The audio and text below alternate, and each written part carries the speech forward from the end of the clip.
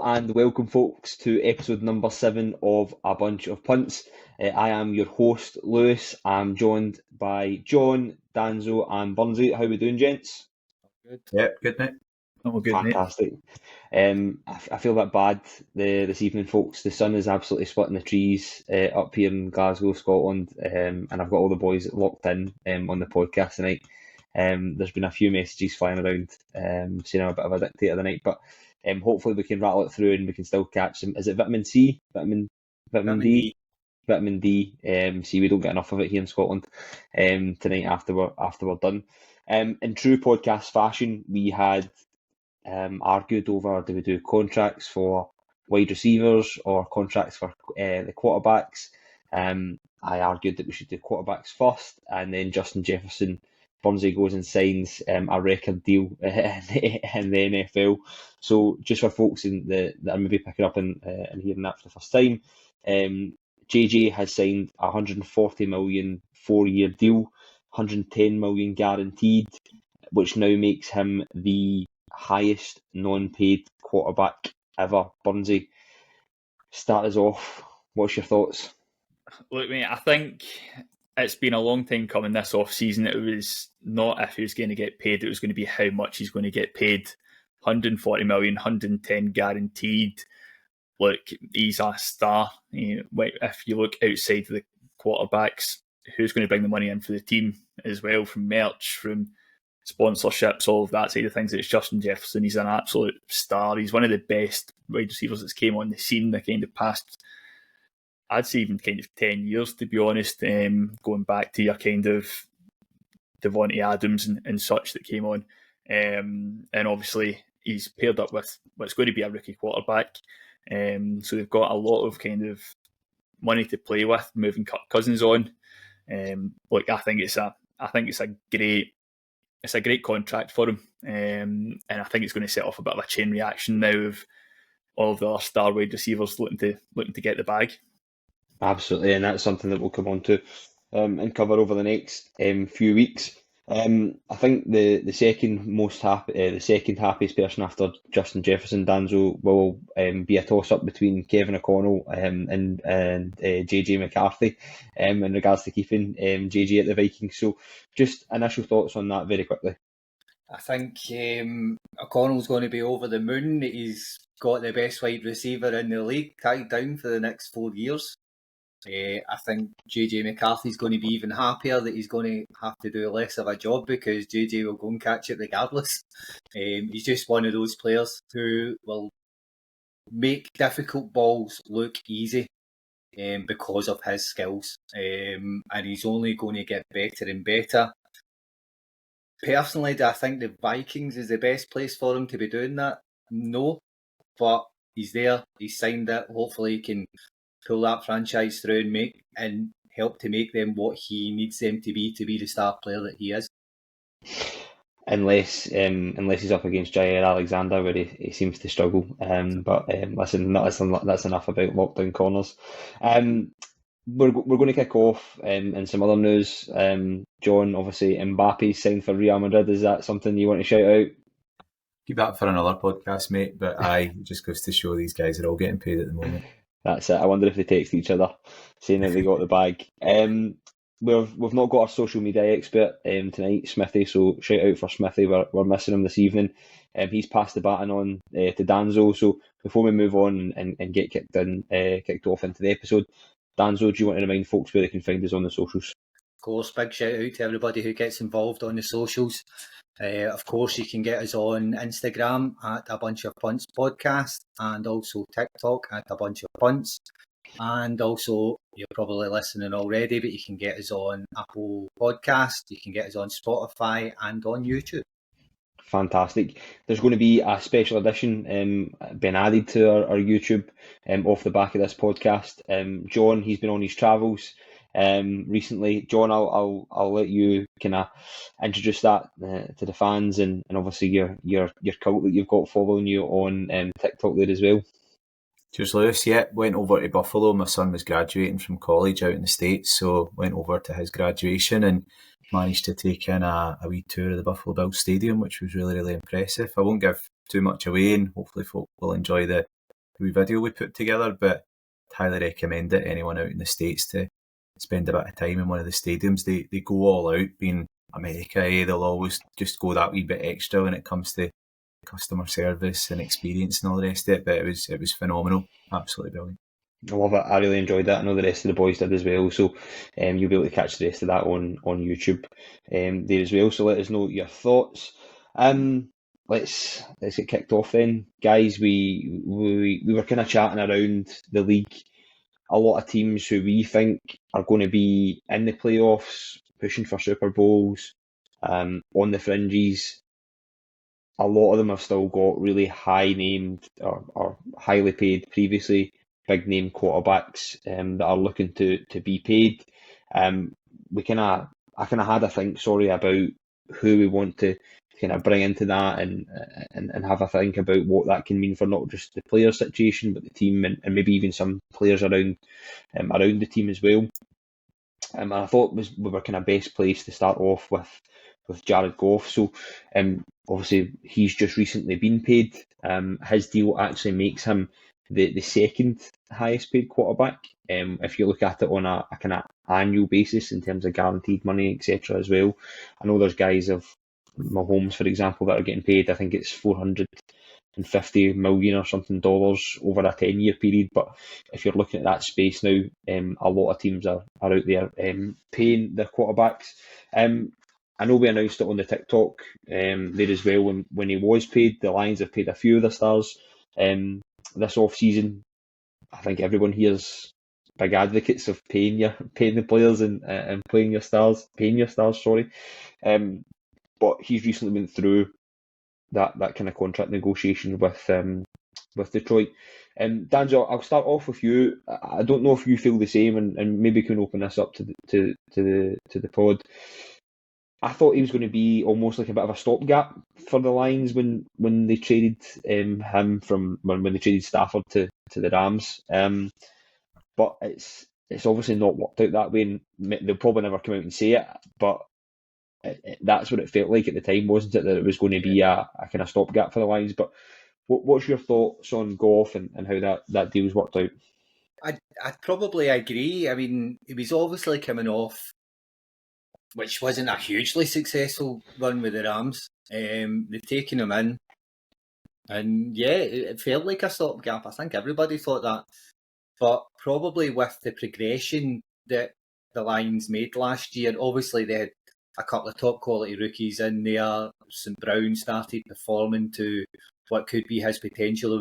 There was a lot of factors that came into it, but I think they attribute a lot of those factors being Goff as that kind of central position for them all, and I think it made them sit back and go, right, we could take a gamble, and have him for another year and have the same kind of output and move on from him, or we can sign him up now and be looking at the next 3 or 4 years and progressing again with these rookies that they've got in.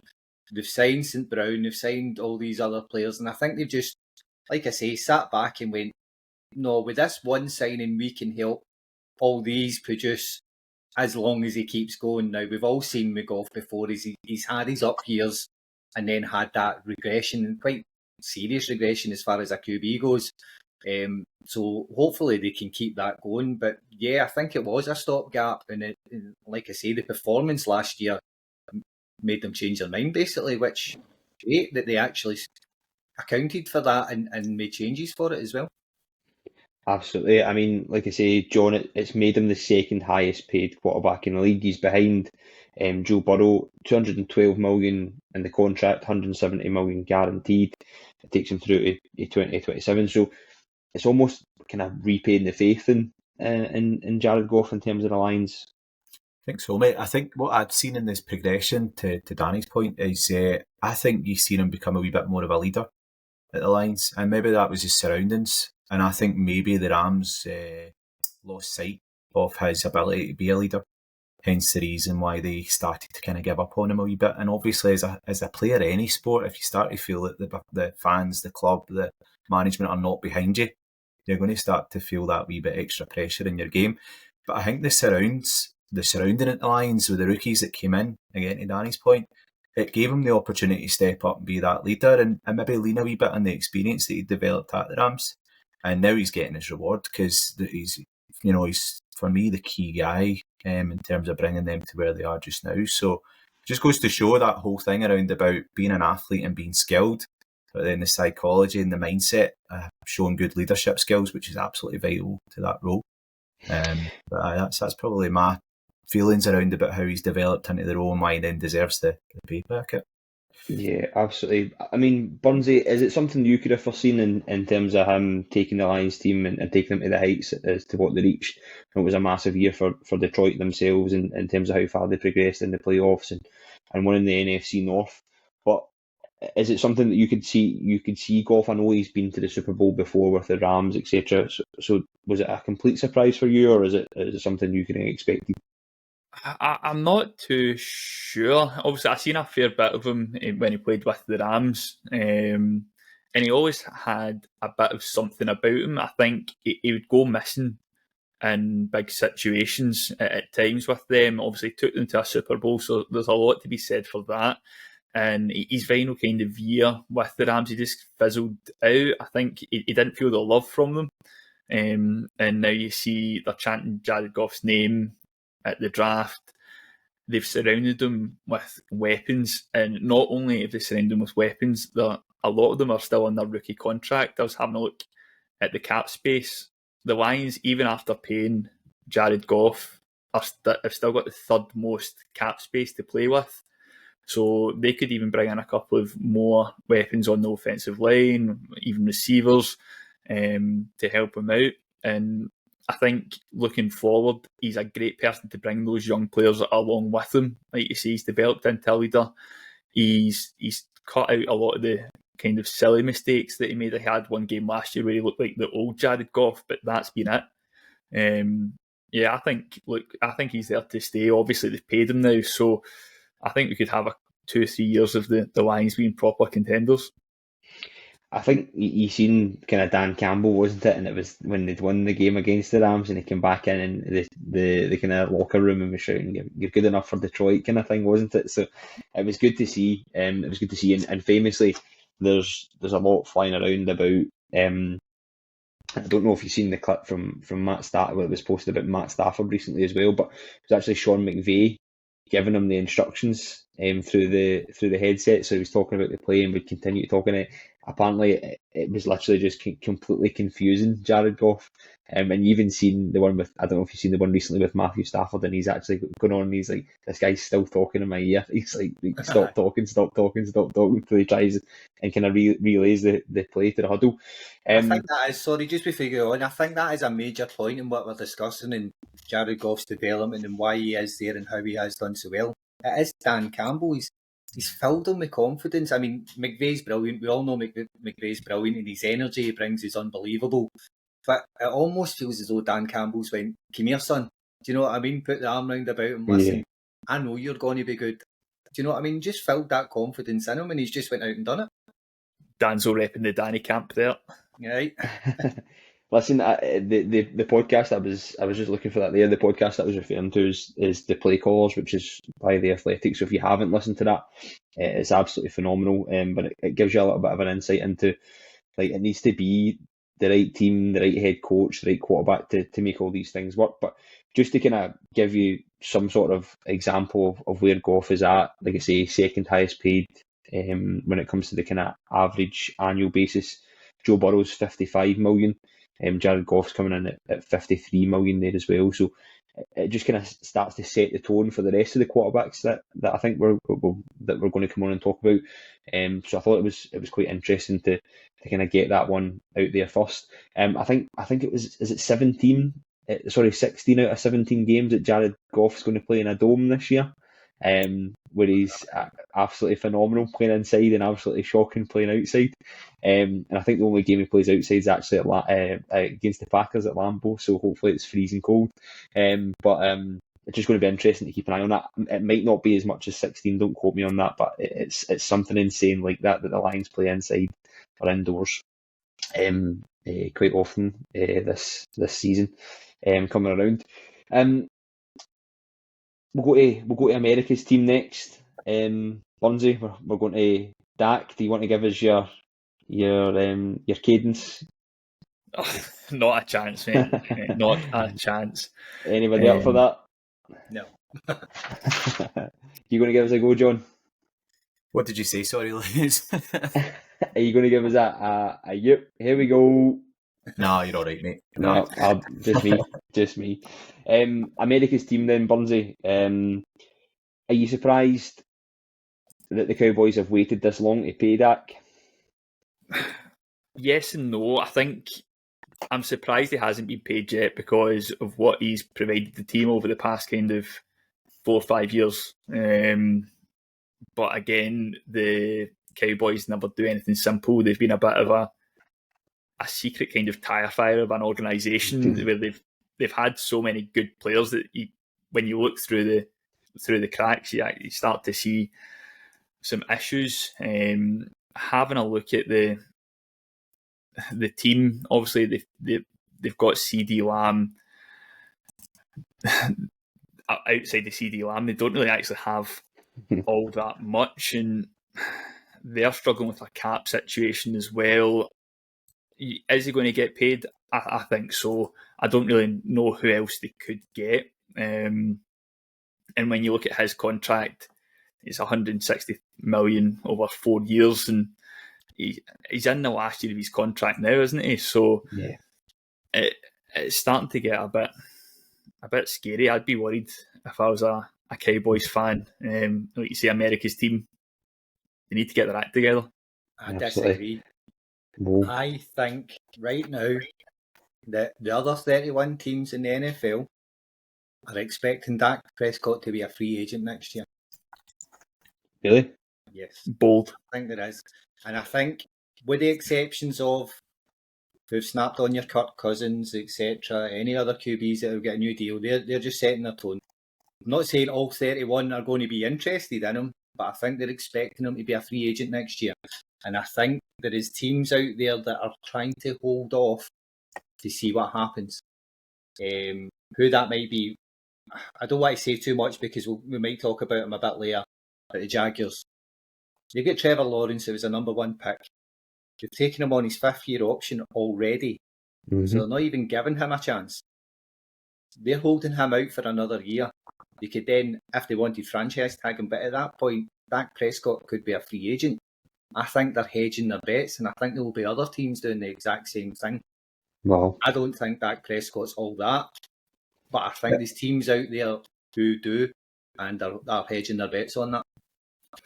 That was my point as well. Like, do you think he's worth another big contract? Because initially I thought, well, the ball's in his court here, right? But he's coming up for 32 next year, I think. And he's got to look around the league and think, who else is going to be paying me more than what the Cowboys are actually paying me now? Mm-hmm. Or there or thereabouts in terms of what's on the table from them. And has he done a lot with them? You know, the big games, have the Cowboys expect to go? Do you know what I mean? I personally think Jerry Jones has lost faith in him. I really do. And that's why that contract isn't done by now. And I think if it's not done by the start of the season, it's never going to get done. I won't ask Lewis this because he loves Jordan Love, but one for Danzo and John, would you take him at your team? Right now, yes, I'd take him. I'd take Dak Prescott over Derek Carr, yes. I think we've got 2 players on 1-year contracts, so we are looking to see if either of those 2 fall through. One of the teams. Then we'll be one of the teams that are up there. Yep. Look, would I take him? Wasn't it? I don't know if I would. But listen, I'll wait in. I think I'm a bit surprised that they've waited. I think he's displayed quite a bit of patience as well in terms of this. He's been at the training camp, he's been at OTAs and etc. He has been paid before. Final year of a 4-year deal, 160 million. It's still a lot of money. Again, notable things to add to Danny's point. He's got a no trade clause. He can't be traded. He can't be franchise tagged. So I mean, the ball's in his court to go and demand. Maybe it is a short-term deal to John's point with his age, similar to the Kirk Cousins, where he goes to a team and it's a 2-year contract rolled up into a 3-year contract with big money. I think Dak Prescott played the best he has last year. I mean, in terms of the way he played the role, I think I've said this previously, in terms of that you've seen a big difference now. Maybe for the casual fan watching that, which I still consider myself to be, you might not catch a lot of that, but it's when you see other professionals around the league. Rogers mentioned it, Brady had mentioned it, I'm pretty sure, about how much they'd seen him develop in the position this year, as well as his overall play. He looked absolutely fantastic. To Burns' point, yes, I think the fact that the Cowboys have been able to draft spectacularly over the last few years has covered up a lot of the cracks. So your CD Lamb, your Micah Parsons, etc. It definitely makes it easier. But absolutely, like I think they need to pay him because of the 40 million hit on the cap next year. Is to my point. I think it will get done. I think what's going to happen is you might see a casualty in other areas, and they need to pay CD Lamb, as well as the other fact of it, which we'll probably come on in a little bit more detail. But no, I think it's kind of polar opposites when I think about it now that you've mentioned that, Danny. It's either he's going to get paid a whole lot of money, or he's going to end up sitting as a free agent next season. But again, it comes into those situations where, does he play then if he's going to be a free agent for next year? Does he hold out? Does he take that risk? It's never a thing I like in the NFL, is that holding out. I think you're a professional, you need to get in there and play. Injuries are part of the game. Yes, we don't want to see them, but that's why they hold out, because they don't want to get injured and risk that next contract, which is going to happen regardless. I don't like to see it, but it happens, and yeah, he could well do that, and it still has an option. They've got another 11, 12 weeks to go. There's a lot can happen in 12 weeks. I can't see the Cowboys not paying them. I think I just can't.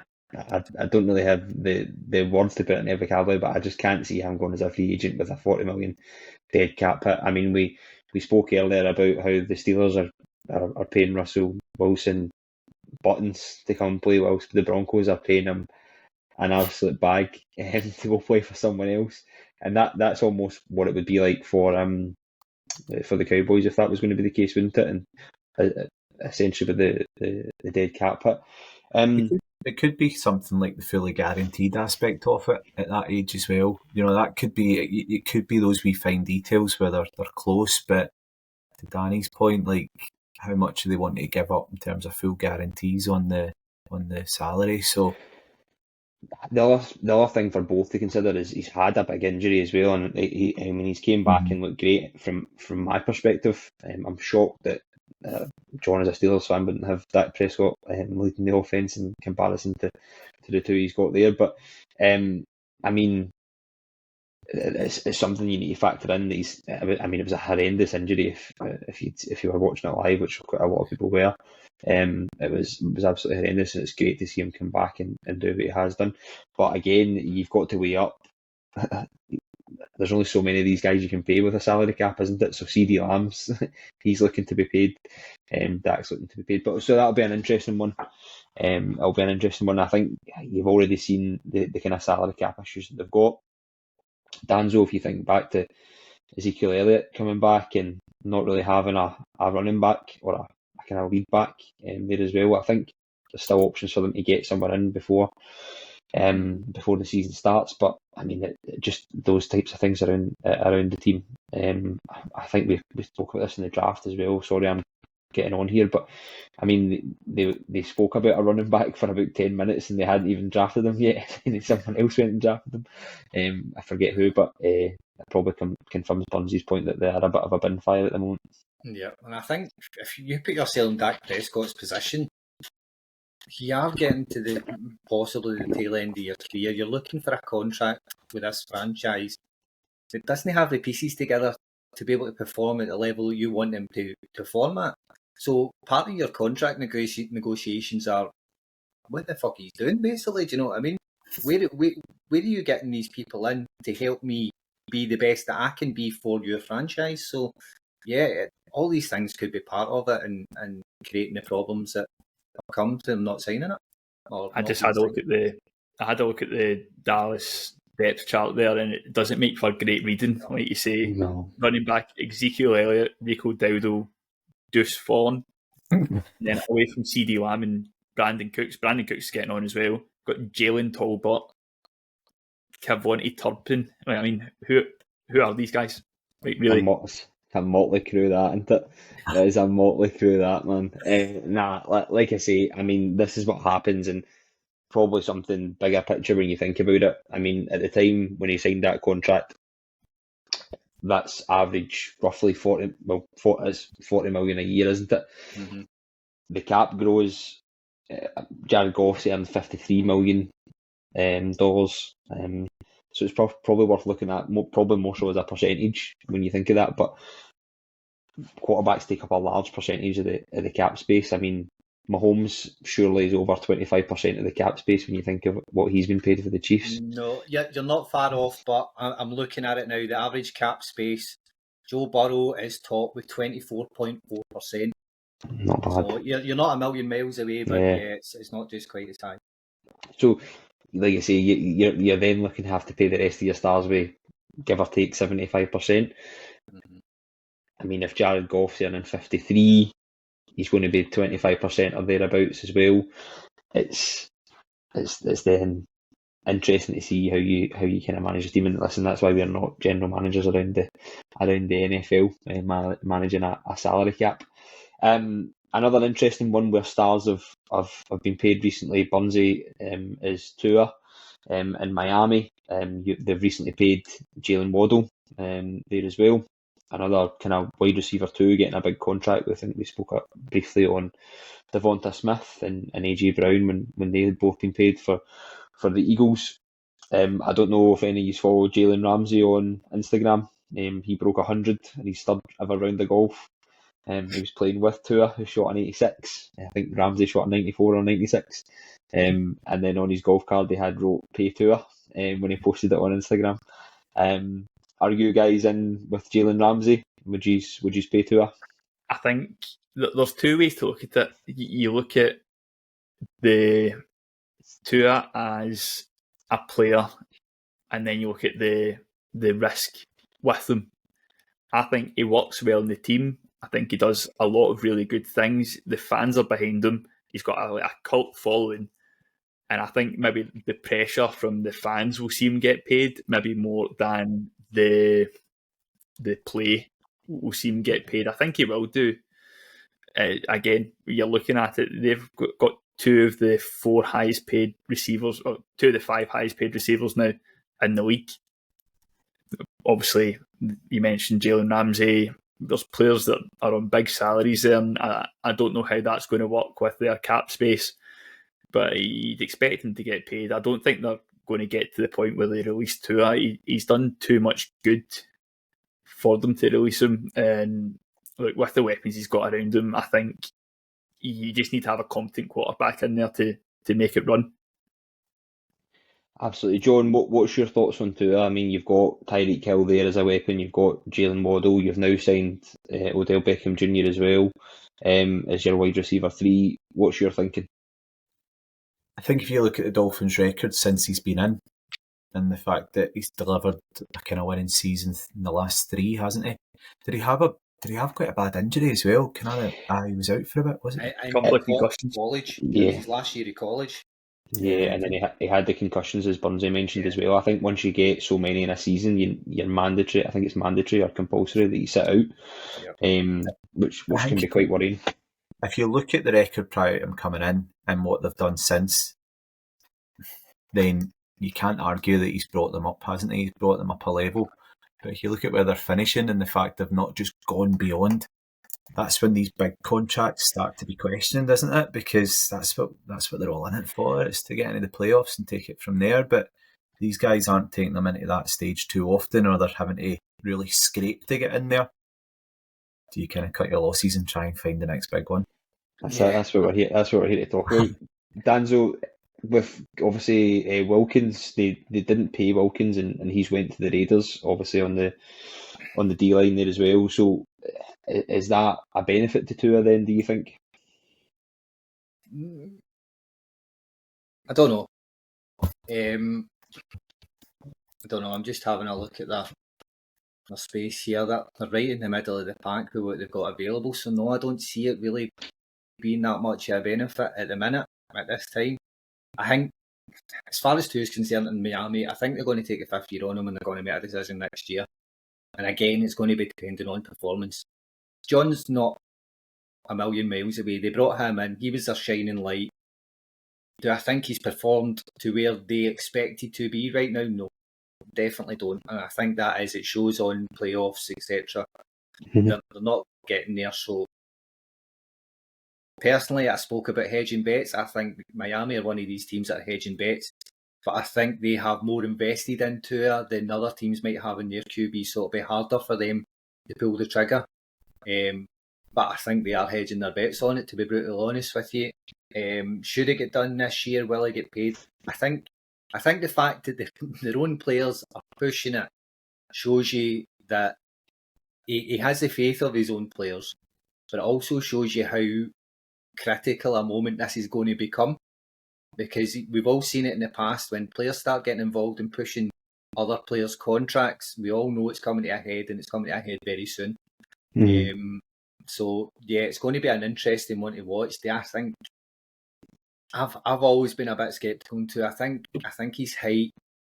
I think when you get to the important games, his weaknesses become bigger, and then become detractors to Miami, and they struggle. I think he can play exceptionally well, and he has exceptional skills. I just think his weaknesses become bigger at the big games, and it's going to hold him back all the time, I think I'll try and make the case for Tua here, since everybody's kind of a wee bit down on Tua. Look, there's the injury aspect. Absolutely, the concussions situation with his college career, his injury in college. Career highs for him in terms of passing touchdowns last year, and completion percentage. Led the league in passing. I've put in commas. Tyreek Hill probably led the league in passing yards to some extent there. There's probably needs to be the Tyreek Hill caveat with that. But that's his first full season having been fit, having survived a full season without any major injuries. The downside, as you mentioned, when it comes to weaknesses in big games, he was 1-6 last year against teams with a winning record. And that's obviously regular season and in the playoffs here as well. So there is that situation. He's got his fifth year option, as you mentioned. He can be franchise tagged thereafter. But to put that into perspective, so you mentioned there around they don't expect him to perform to the level that he did. You've seen Joe Burrow, you've seen Herbert in the same draft class as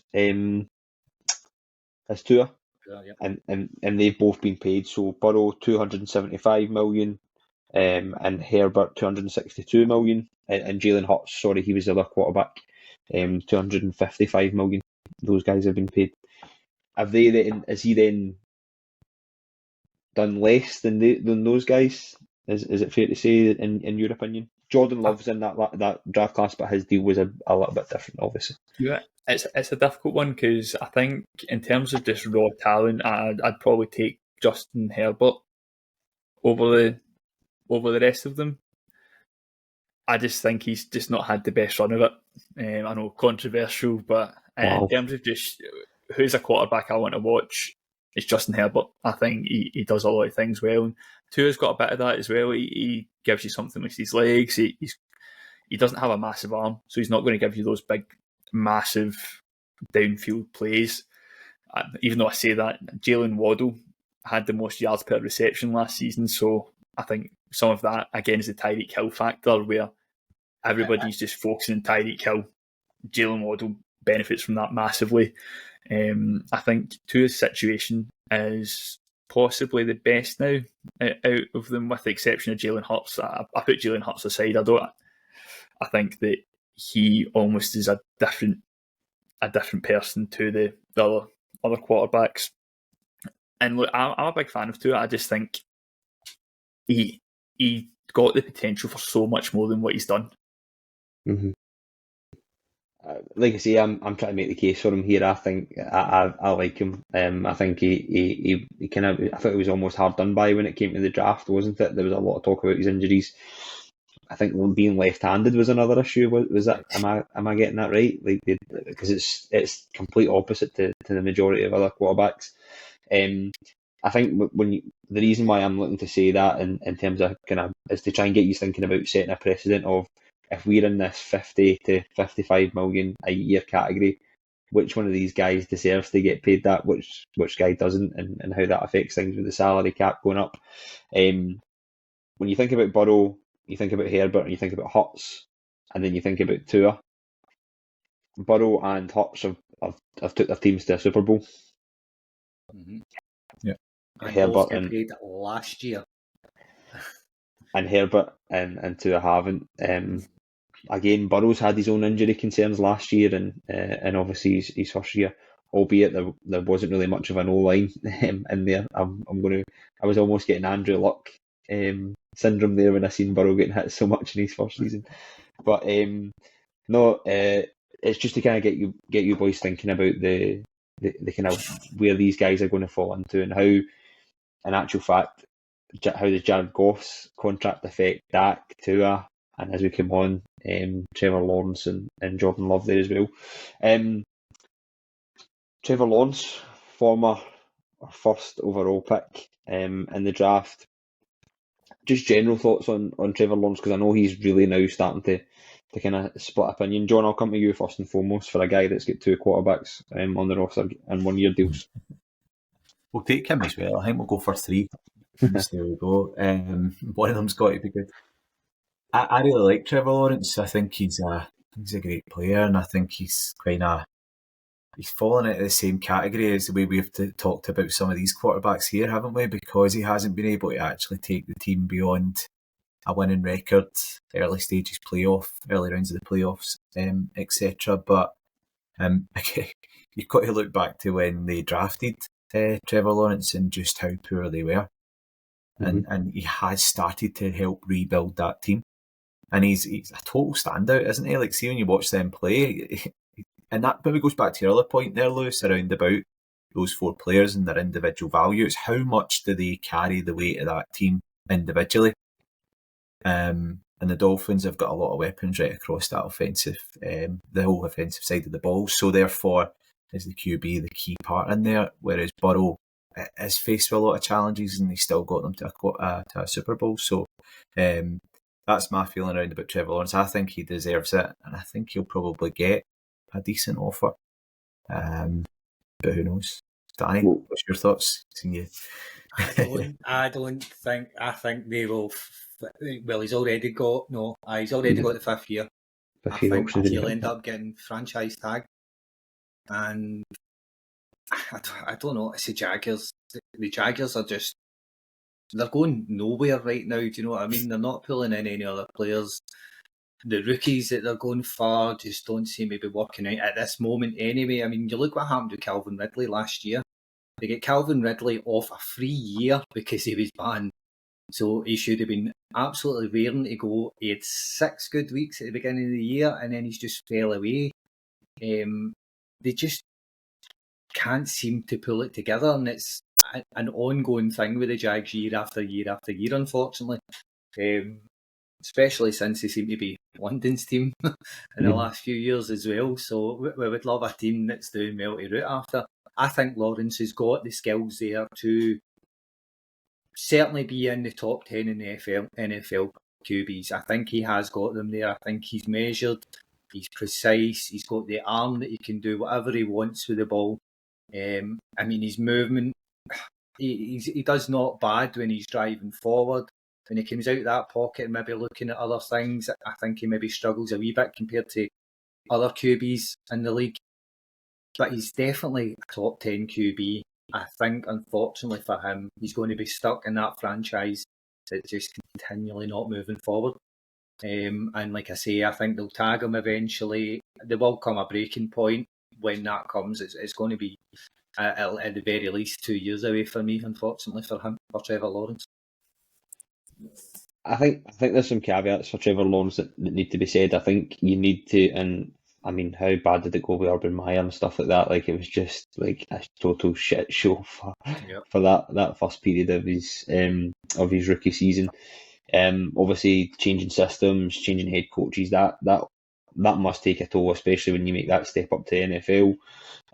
I've tried to warn Smithy with the Trevor Lawrence example of, I mean, this guy was a generational talent. I mean, people were tuning in all over the world to watch his pro day, weren't they? To see him throw the ball, and it looked excellent. I think again, it's almost like it's in between. You think of guys like Tua and what the Dolphins have done to give him offensive weapons and in terms of helping him out. The Jags have tried to do that to some extent, maybe to not to the extent as to what the Dolphins have done, but I mean, they've went out and got Calvin Ridley. They've paid receivers money. I mean, he's got a run game. He's got a decent run game as well, in terms of Travis Etienne as well. So there's still weapons for him to use. Evan Ingram's a decent tight end as well. You know, he's a fantasy favourite last year, I'd imagine, but he's got opportunities to throw people the ball. He's also played through some injuries as well as being injured. You know, I think again, when you come to that, John, he's kind of put the team on his back, and I think where you've kind of seen it kind of fall down is maybe in his leadership. But I know from just doing a bit of research before the pod that's something that a lot of players have said that he's been working on, isn't it? And trying to be a bit more vocal, and maybe it wasn't required in his college days as much as he was just unbelievable at college. But it's an interesting one that I think, for me, they've picked up the 5th-year option. I think that's to kind of find some sort of middle ground between kind of what's been paid just now and kind of what he's done and what the value is there as well. So I don't think he'll be traded or get franchise tag or anything like that. I think for me, that's kind of almost kind of making sure he's here, and then let's get to some sort of, let's negotiate now to give him a bit more money and also protect the Jags a little bit in terms of the future. But I understand what you're saying, Danzo. Sometimes they feel they move from one disaster onto the next, the Jags. Bonzi, what's your thoughts? Look, I really like Trevor Lawrence. It's one of the kind of few quarterbacks I tracked through college. Obviously, there's a lot of hype around him. He was superb, and then he came out and went into an absolute this hellish situation with Urban Meyer. I think we'd be right to write that season off. It's just a complete blank slate. And he had one good season without many injuries. Last season, he played through, I think it was something like 4 or 5 games with an injury, and he still put up decent production. Fair enough, his interceptions increased, but his completion percentage was about the same. So he's not lost the kind of intangibles as such of knowing what he's doing. He probably was just trying to force it more than what he has done in the previous season, knowing that he had to go out and try and win those games, put the team on his back, like you're saying.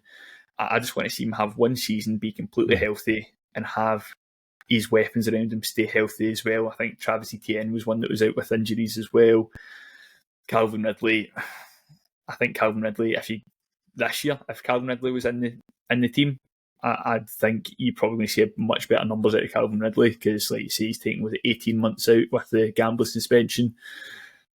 Look, I just want to see him get one good season under his belt, and I think he is the quarterback with the most unrealised potential at the moment. Mm-hmm.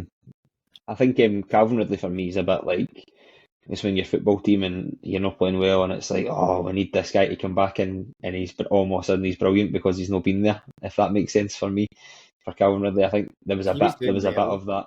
No, I know he was doing great, but I mean, like, do you know what I mean? If you look at the top wide receivers around the league, they can do it anywhere. I'll give you Devontae Adams as an example going to Vegas. I mean, it'll be Antonio Pierce probably throwing him the ball next, and he'll still put up numbers. You know, these guys can make it happen.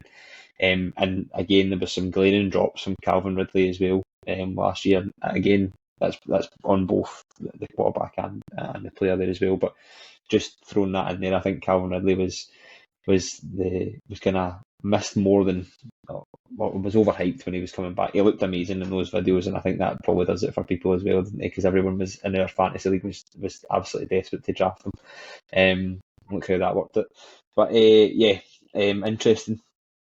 Huge season for them, isn't it? Like, sorry, just before you move on, Lewis, because I was just thinking this is a huge season for their organisation and the player. To Bungie's point about Urban Meyer, when he was in Trevor Lawrence's first season, he went 3-14, and then he's done 2 winning seasons, 9-8, 9-8, and he had 1 less game last year. So is there an element of actually let's keep it up in the air for 1 more season, and let's put it up for grabs? Go and prove that you deserve that big contract, because it is a huge season for their organisation and the player. So I'll be interested to see how it plays out. Great shout. On to the GOAT then next. Jordan Love, as I sit here wearing his jersey. Jordan Love obviously coming out of the same QB class as your Herbert, Burrow, Tua, Hurts. Drafted quite a bit later than those guys, of course. But he's been paid. He had a bit of an interesting deal where it almost protected the Packers and protected Jordan Love, and in terms of giving him a $13.5 million guaranteed deal, with the incentives up to $22.5. Obviously, it was quite well known that if he won and got into the playoffs, that it was £1 million that he was a bonus for making the playoffs there as well. So I think he actually earned an extra $5 million in incentives off the back of the deal that was there. I was doing a bit of research and I thought, I wonder what they paid Aaron Rodgers when he came off his rookie season, and they actually made him the 4th highest paid quarterback. So off the top of my head, I think it was behind Peyton Manning, Ben Roethlisberger. Who were the other two? Can't remember for the life of me now. But he was the 4th highest paid coming off his rookie season. So that would put Jordan Love in that £49 million or $1 million, sorry, in guaranteed money to make him the 4th highest paid player, which I probably think's probably about fair for a guy like Jordan Love. I think, again, I've said this to try and temper expectations because he had an absolutely phenomenal year and got better as the weeks went on. It absolutely blew Dallas out the water in the playoffs, more than held his own in terms of the game against the 49ers and just other phases of the ball, letting the Packers down in that one for me until he throws a bit of a mental interception in the last drive. But I think for Jordan Love, I think he's the real winner in these situations with these quarterbacks, isn't he? In terms of when you see what Jared Goff's getting paid, these guys, and I mean all of them, are probably walking into their head office and saying, right, where are you comfortable between 50 and 55 million? Because that's probably what I'm looking for. It'll be interesting to see what Jordan Love gets paid, but I think it was quite an interesting move, and I think that's maybe what you'll see maybe with the likes of potentially Tua and potentially Trevor Lawrence in terms of that kind of deal that he saw in terms of picking up the 5th-year option and then actually looking to make some changes to kind of give the quarterback a little bit more money and protect the future of the franchise there as well. So, listen, enough for me in the kind of Jordan Love loving. I'll let you guys give your thoughts and I'll turn my camera off whilst I make funny faces while she's all slating. Overrated, mate. Overrated. I think the Packers do a lot of things right when it comes to quarterbacks. And I think although if you're Jordan Love, you might sit back and say, have I not done enough to kind of deserve that contract now? Because he's stepped in, hasn't he? I think just hearing you talk about him, Lewis, he is in there now. And I just think that from his point of view, though, looking at the Packers as an organisation and knowing I'm going to be looked after here, so this works for both parties. I get another year under my belt. I'm in a safe place with an organisation that tends to deal with their quarterback situations pretty well. In the few years, obviously, that I've been watching the NFL and experienced the opposite in Pittsburgh. So I think it's a sensible deal, and I think it just gives him the opportunity now to go and shine again for another year and then get paid thereafter. But to your other point, it'll be interesting to see where they find the cap space to make him or get him paid properly at the end of this season. I suppose it's probably better just making that clear that the Packers have got the 7th most cap space now with some of the deals that they made in the off-season.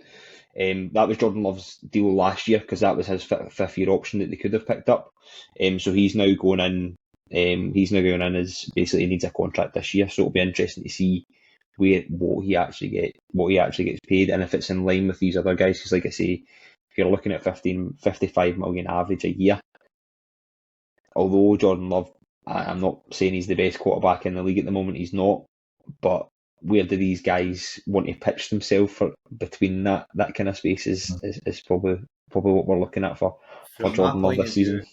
From my point of view, the deal that they done for Love last year was the best deal for both parties. It made absolute sense, especially given, 2 years he sat behind Rodgers pretty much, and then I think did he have an injured knee, or it was partly injured year, something like that, I can't remember. So it was coming into last year, and they needed a deal structured that says, right, we'll give you this, but go and play for it, and it worked for both of them. I think the performances from Love were very good. He now needs to get towards the exceptional stage now with his performances and start like Packers QBs have done in the past, where you almost see it in the hard days, especially up there, the QB kind of pulls them through the games at times. They need to see those kind of performances from him on a more regular basis. I think on your point, where do you set the bar? I'm sitting looking at it here, and I'm looking at Kyler Murray, 6th with his $46 million a year deal. And that's, if I'm Jordan Love, that's where I'm pitching myself, because I'm sitting there going, performed better than him last year.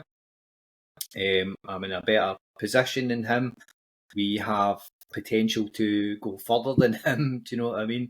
That's where I'm putting him there, or even just below him, Deshaun Watson. Do you know what I mean? These are the players that I think, given his 1 year, yes, I've been very good.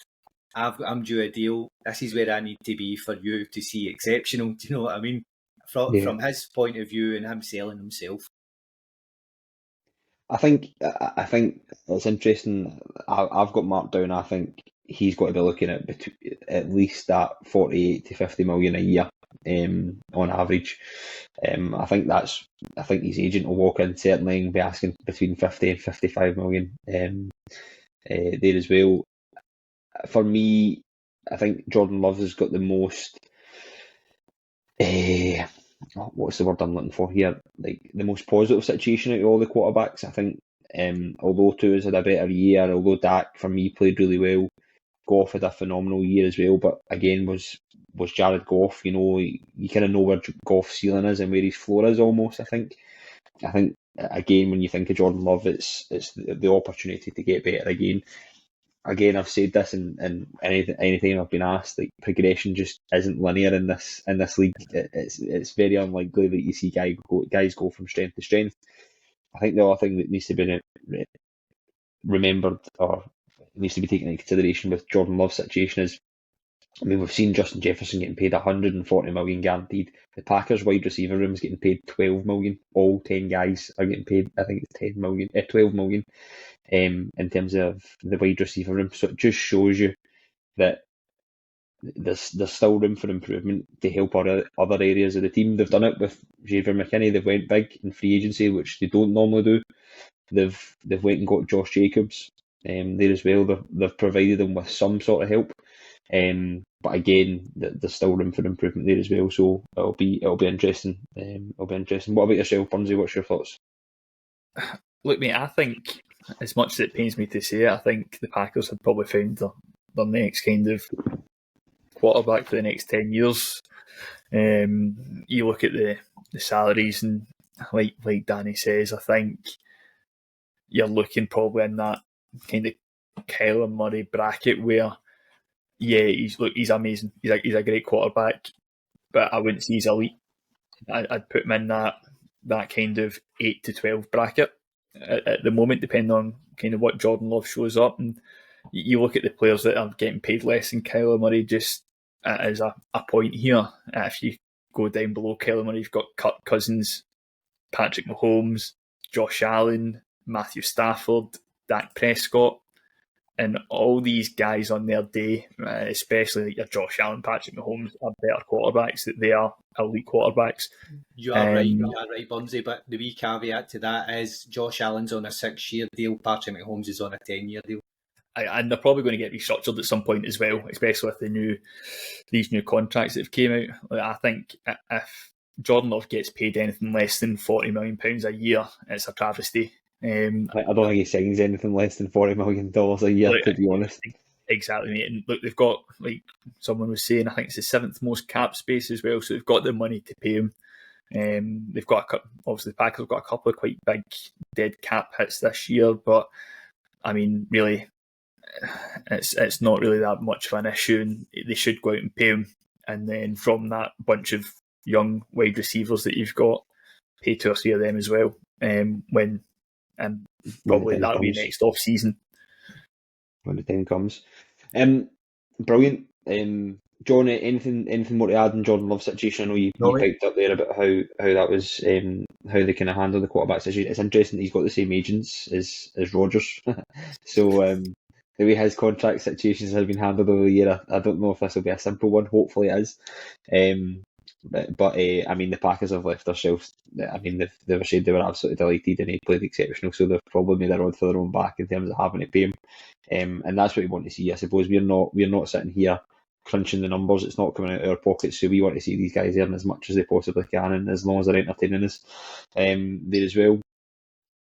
I thought, just to kind of round things up and kind of put a kind of bow on the kind of quarterbacks contracts, and like I say, get a feel for the situations and what we think is going to happen with these guys. Nothing too insane's come out of that conversation, which I'm glad of. But who would be your 1 to 5 in that situation? I want you to have a little think about, out of those 5 quarterbacks, you've got Lawrence, Tua, Dak, Love and Goff. Who would be your 1 through 5 in terms of who do you think not necessarily is the best out of them, but maybe the best going forward? If it was your team, who are you taking? Right, for me, I think going forward, given the situation, the possibilities for contracts, the team that they've got round about them to a certain extent, I'm probably going to go with Love. I'm going to go with Tua second. Goff's done in there. He can't move, so he's in at third.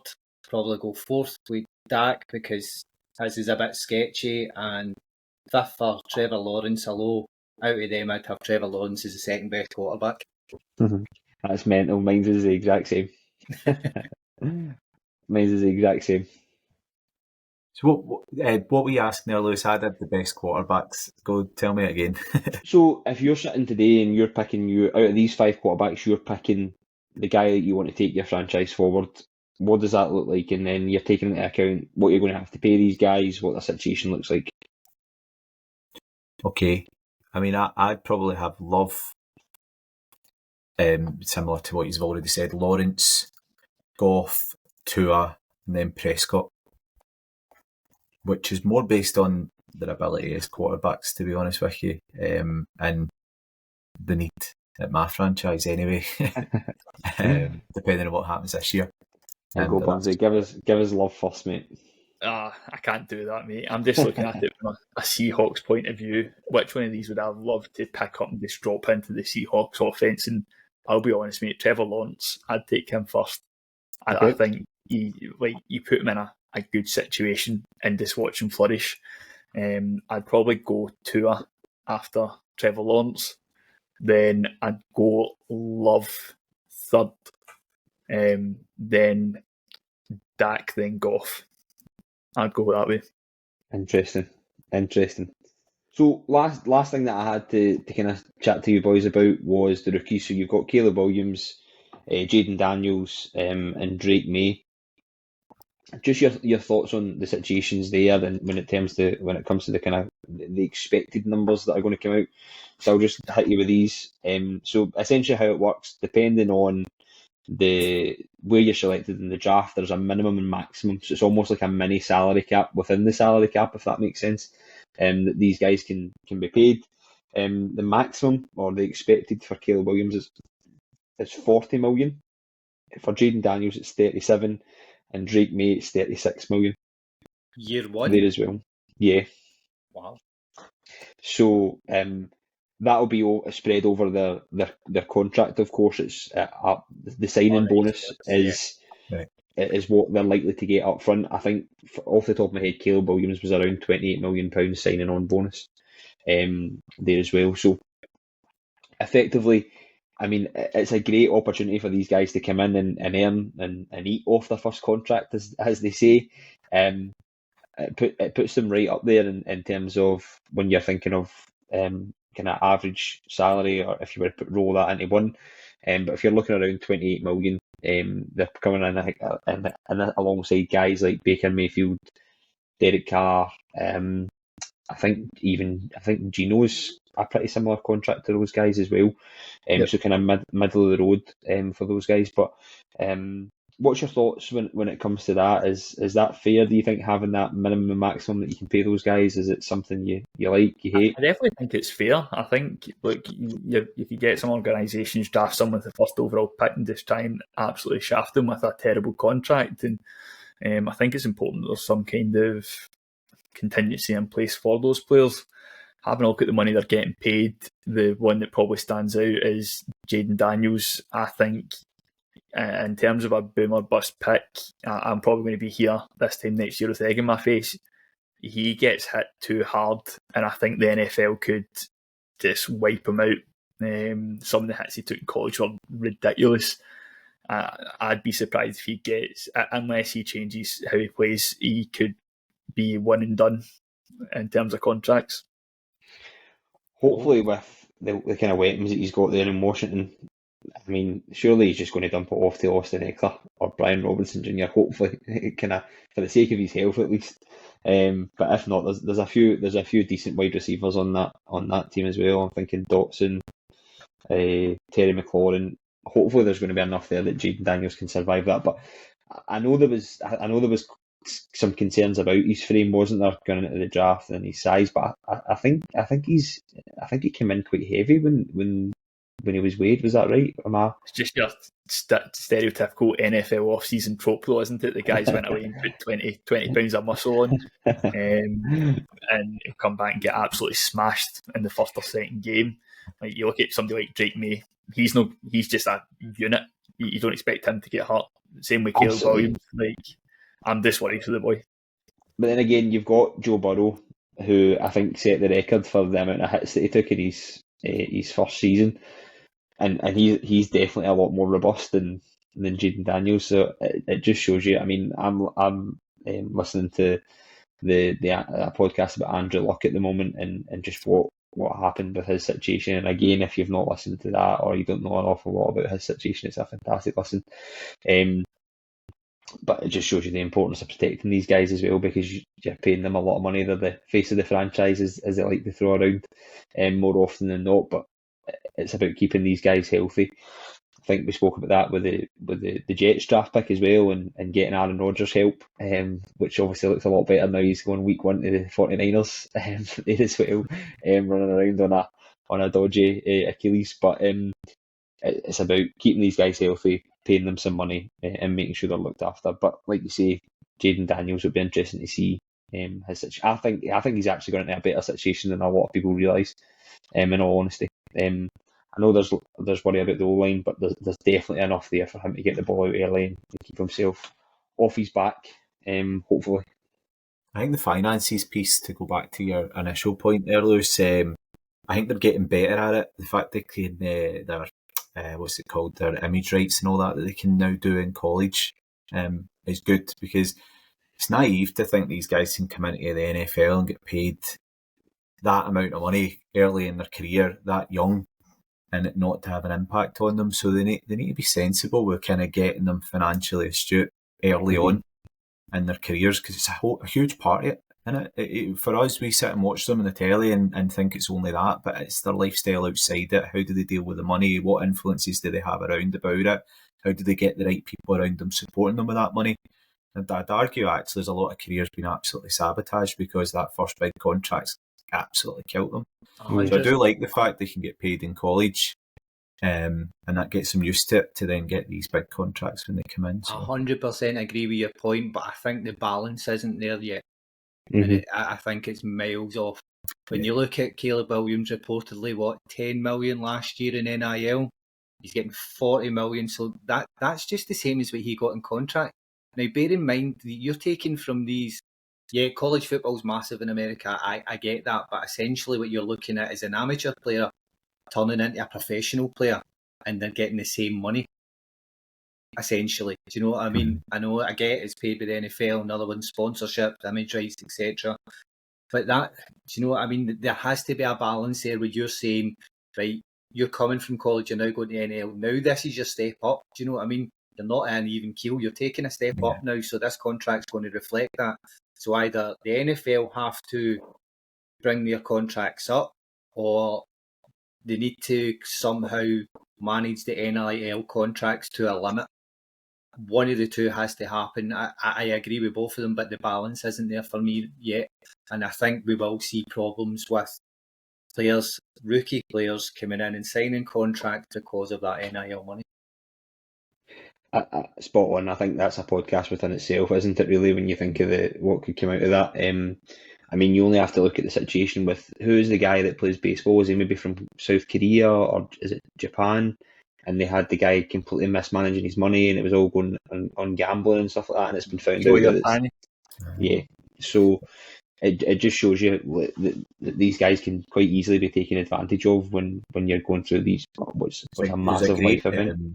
A great show on Netflix, by the way, Bad Sports, if anyone watches it. And there's a boy on there, a college basketball player, who is an absolute superstar, and then he actually starts to throw games and work out points because he was a star and everyone thought he was a star, but he was skin. So he had to go and make some money. And I think that's the other side of it. So there's almost a part of removing money as being a factor from as early a stage as possible for these people that are going to become superstars. But then sometimes to remove it is to make it so big that it isn't relevant. I mean, that's a point in itself, but I mean, you can go the opposite way and look at Jordan Love's contract and say, look, they gave him the opportunity to go and earn the money, but it was on the basis of performance and incentive based, wasn't it? Yep. But listen, who are we to know what's right? And probably a lot of these guys do a lot of good things with the money as well, to some extent. Brilliant, guys. Listen, that was absolutely fantastic. Like I say, wanted to kind of get out there and cover off a few high-profile guys around the league.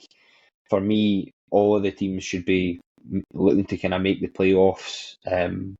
Some teams in there you're probably actually saying, look, should be really pushing for a Super Bowl. Interesting to see everyone's thoughts. I think Danny's threw some interesting points out there about obviously situation with Prescott being a free agent. Burnsley's finally admitted Jordan Love's brilliant. And again, John, probably the only point we never got covered tonight was just the situation at the Steelers and having Russell Wilson and Justin Fields. Just quickly then, who do you want to see there next season? Do you think you'll see either of the two of them there next season?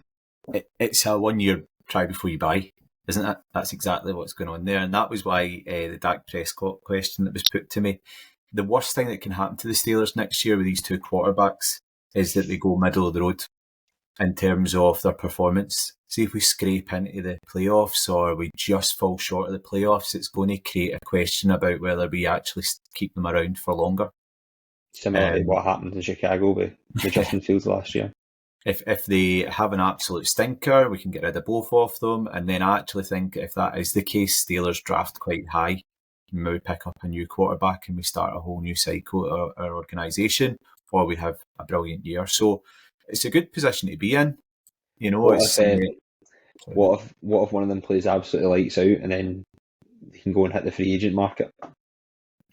Yeah, that's the risk, isn't it? But then to go back to the point that we made earlier on about Goff at the Lions, hopefully they feel the love, not Jordan Love.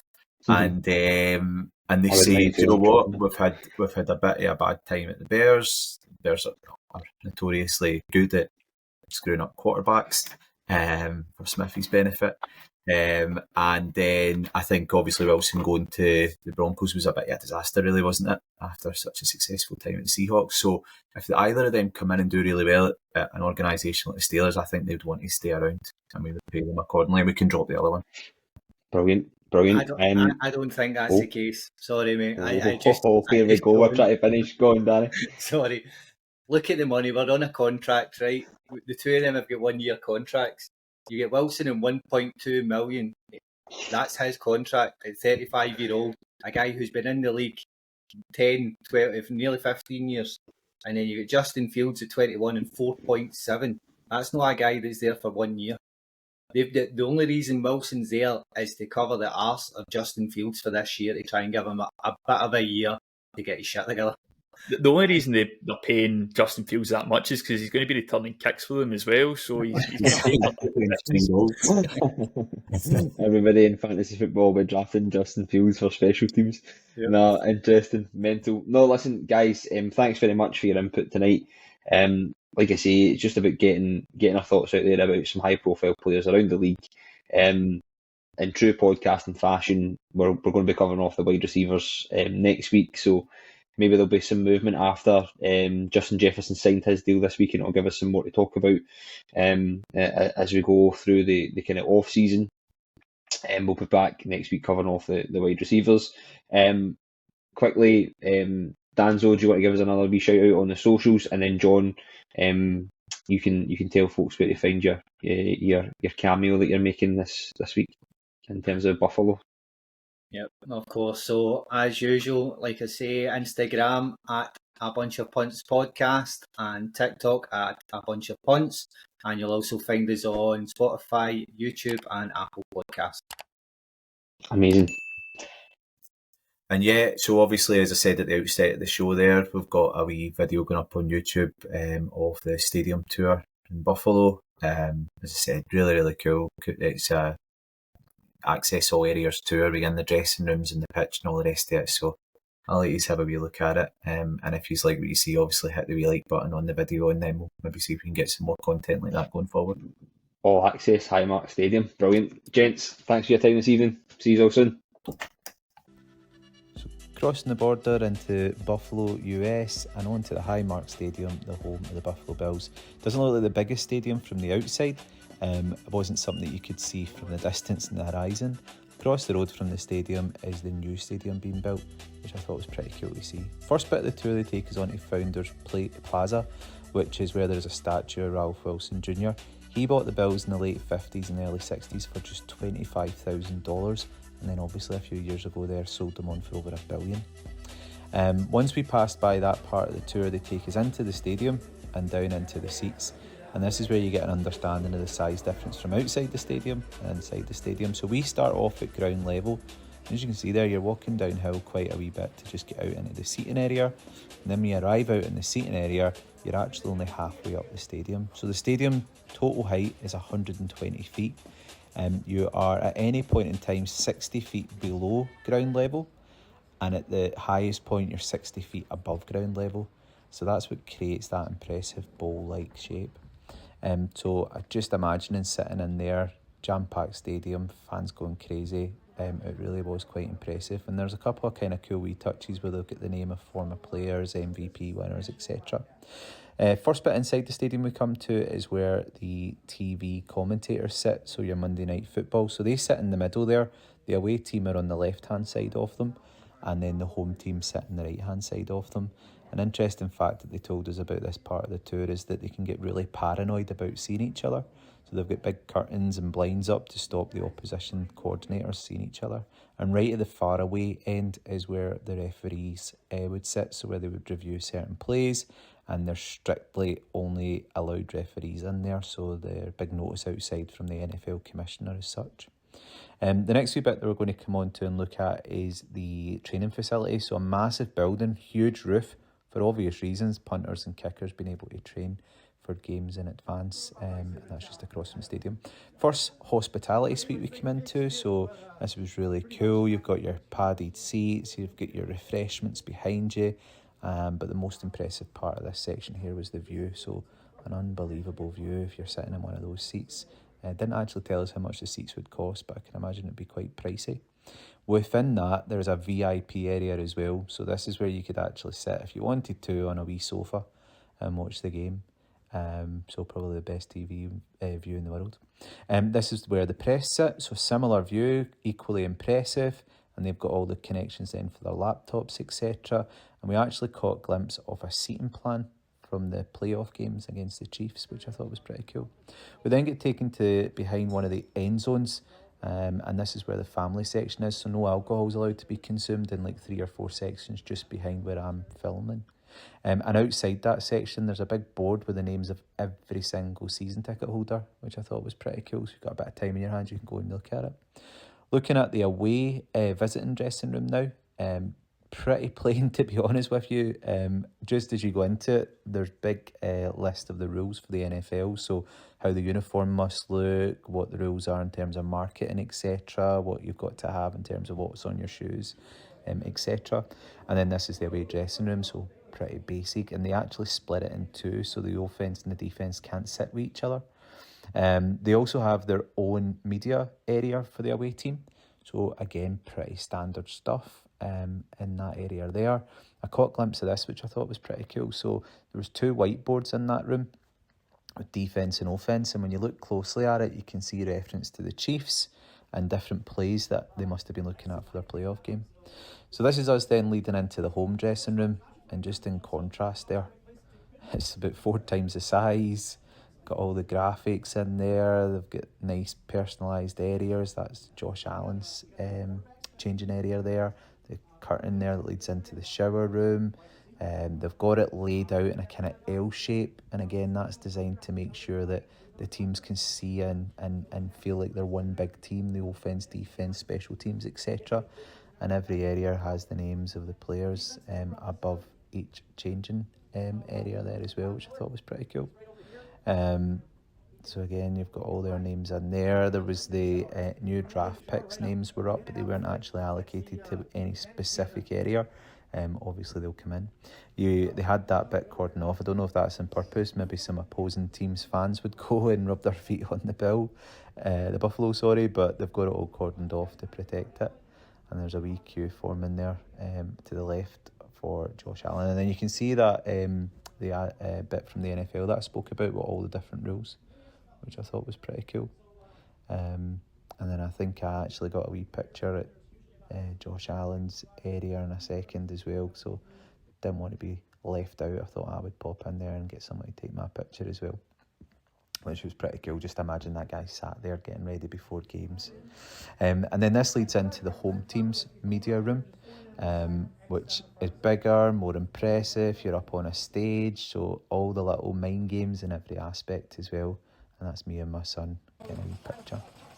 And then we get led out onto the pitch, so I've speeded this bit of the video up for us, but that was amazing. Just thinking about all the players, famous, past and present, that have ran out onto the pitch from this area here. Tour guide does a really good job as well, kind of getting you psyched up before you go out. And obviously I'm not a Bills fan, but just imagine being a Bills fan walking out into that stadium. And I just thought it was really cool that you can actually go out onto the pitch. You think about some of the stadiums in the UK, they would never let you do that, but because it's Astro or 4G or whatever it's called nowadays, they have no problems with the tours going out onto the pitch, which is amazing. Just think about some of the famous plays that have been played out on that field. So yeah, and then you can get just a sense of the size of the stadium as well, and just imagining how intimidating that would be. You get a real feeling that it's a lot closer to the pitch than maybe it looks on TV. I thought this was a really interesting thing. So when the Bills bought that area to build the Highmark Stadium, it was bought off a family who had a burial graveyard, and one of the conditions was that the Bills had to keep that graveyard in place and look after it forever. So it's the only stadium in the NFL with a graveyard in it, which is an interesting fact. So that's us, and that's my familia. Just a wee quick picture of us to finish the tour. So yeah, I hope you enjoyed the video. Highly recommend any of our fans going out to the NFL, out to America, to visit any of the NFL stadiums. A really, really cool experience.